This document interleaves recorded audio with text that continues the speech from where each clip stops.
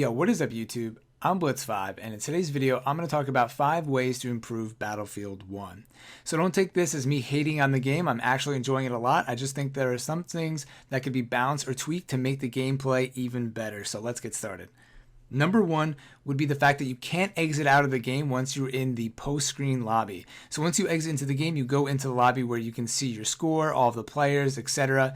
And you can't actually exit until you've been launched into another game, and then you have to hit start and quit out. So also when you're in the lobby, there's a lot of lagging going on. It's hard to go from scoreboard to like customize your player. So I'm going to combine that into one whole improvement that the lobby needs to be improved, and it needs to be an option to exit out of the post-game screen.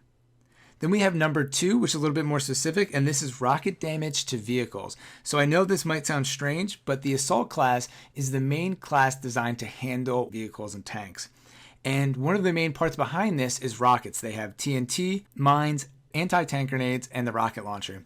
So not only do you have to lay down when using the rocket launcher, but it only does 18 damage to tanks, and you have approximately 4 bullets. So even if you hit all 4 bullets and you don't die in the process of laying down in the middle of the road to shoot a tank, you can't destroy that tank. And to me, it just seems off because you can immobilize a tank with like 1 mine, and I think you can blow up a tank with 2 to 3 mines. So it just doesn't seem balanced to me, and it makes that weapon kind of frustrating to use at times. So let's move on to number 3, which is a similar kind of thing, and this is with grenades and the mortar damage, and also kind of spinning this into the support class. So the main point of number 3 is that the mortar strikes for the support class is very underwhelming. So if you haven't used this, the support has a feature, one of their abilities is a mortar strike, and you put it on the ground, you can't move, and then you could launch like 4 to 5 mortars. But the thing is, they're very ineffective, and you can't see exactly where you're shooting them until you shoot them, and then it puts you in this elongated screen or like action shot of the overhead view of launching the mortar strike, and then it takes a while, and then you actually can't move the mortar after you shoot it. So to me, it just seems very underwhelming and kind of hinders the support class, for lack of a better term, and that class seems to be one of the least used classes so far, at least in my opinion and what I've seen in my squads. And part of this goes into the grenades, because I think grenades do a lot of damage. I've been getting a lot of double kills with grenades, but then the mortar strike, I've hit somebody and hasn't killed them. So if you're telling me that a mortar strike is less powerful than a grenade, then I don't know. It just doesn't seem like there's any incentive to use that on the support class when you could just throw a more powerful grenade. So I'm going to combine that into number 3, and that's what I think should be improved.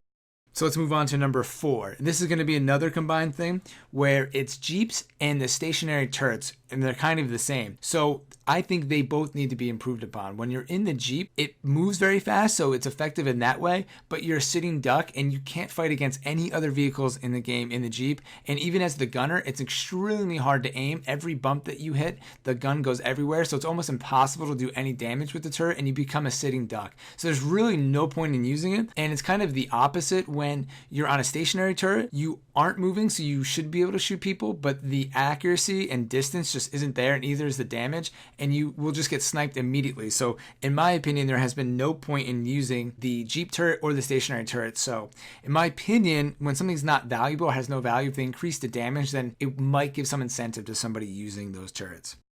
And then on to number 5, this is the final one. And this is the ability to edit your class outside of the game and inside of the game. So right now you can only edit your class inside the game, and you can't do it in the main menu. And this kind of ties back into number 1, that just a lot of the menus need to be fixed. For example, when I press start to check like my medal tracking, the game actually froze on me and I had to restart it. And this was happening all the time in the beta.